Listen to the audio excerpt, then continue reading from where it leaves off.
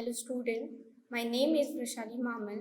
I am assistant professor in political science subject from Government College Art, Science and Commerce, Sangli. So today's program is for TYB, subject political science, semester 6.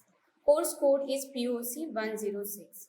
Course title is Western Political Thinkers from Rousseau to Marx.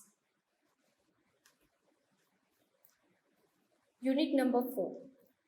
George William Friedrich Hegel. Module name is George William Friedrich Hegel's Ideas on History. The outline of the program is George William Friedrich Hegel's Ideas on History. The learning outcomes, the student will be able to understand the Hegel's ideas on history and understand the notion of history. So we'll begin with the Hegel's views on history. History for Hegel is the manifestation of reason realizing itself, our will. It is the dialectical unfolding of the will of God or the Absolute. It is not the realization of this particular idea or that particular idea, but of the idea or a reason in general. Here, Hegel says that idea is not something in smaller or singular form. It is something for general, or it is something for a bigger or the whole. History is a process by which the spirit passes from knowing nothing to the full knowledge of itself. It is a kind of spiritual process or the spirit where spirit have no idea and the spirit moves to getting the full knowledge or idea about itself. It is the increasing revelation of the purposes of the rational mind. So here he is focusing on the rational mind. He says that the real is rational and the rational is real. There is a reason immanent in the history that is greater than the reason of any single individual.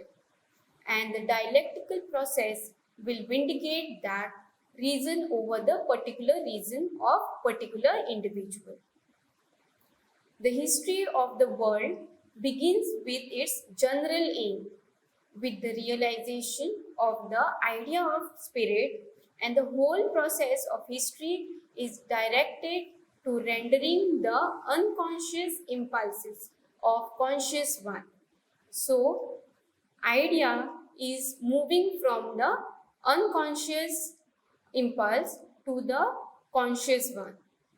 For Hegel, God is immanent in the world and coextensive with its history. History is not a revelation of God's will, but is God. So here he says that history is not a God's choice or history is not a God's will, but it is in God in itself. Moreover, God revealed himself only in the dialectical unfolding of universal reason. It is in the historical process only the God is revealed. So you will find that the God or the spirit, you will find that Hegel had said is only possible in the historical process. Okay, in the historical process and not in any way. History is the world's judgment seat. Judgment means the victory of one nation and the defeat of another. Victory is the final proof that the world spirit has passed from one nation to take up its residence in another.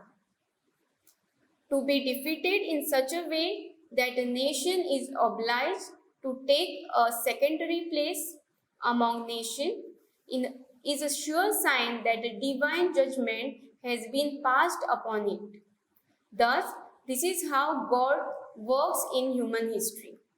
So now we will see the stages in the realization of the idea of freedom. World history reveals four distinct stages in the realization of the idea of freedom. The first one is the Oriental despotism. Here in this, only one is free, and this is termed as the childhood of history. The second stage is the Greek or the Greek state system. In the Greek, there are only few who are free. So, it is termed as adolescent of history. So, first and second, that is the Oriental despotism, and in Greek state system, you will not find that everyone is free. So, he says that Hegel feels that it is just a childhood and adolescence of history.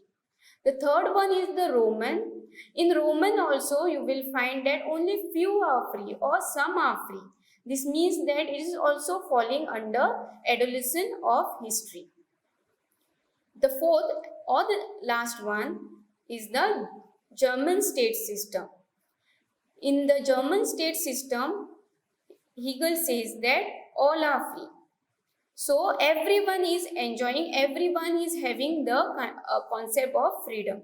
So it is termed as the old age of history.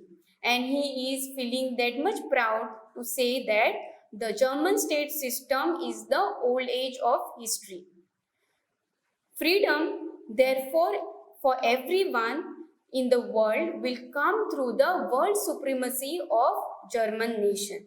So he feels that the German nation or the German state system is very important than the rest, that is the Oriental despotism, the Greek and the Roman.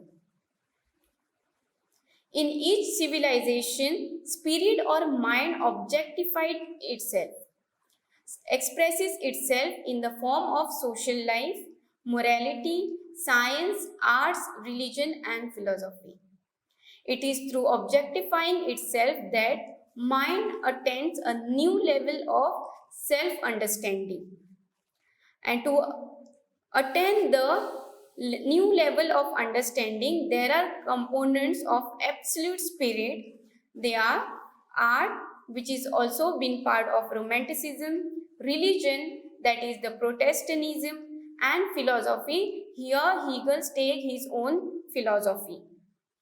The entire historical process has reached its climax and the conclusion in the Germany of his own day. So he is giving Germany that much importance. The world spirit has realized its full potential.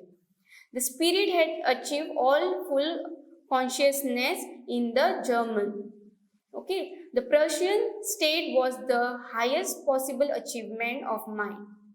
In this, he had stated one statement, that is, state is the march of God on earth. So, with this process, it expresses the full maturity of the spirit. Here are the references.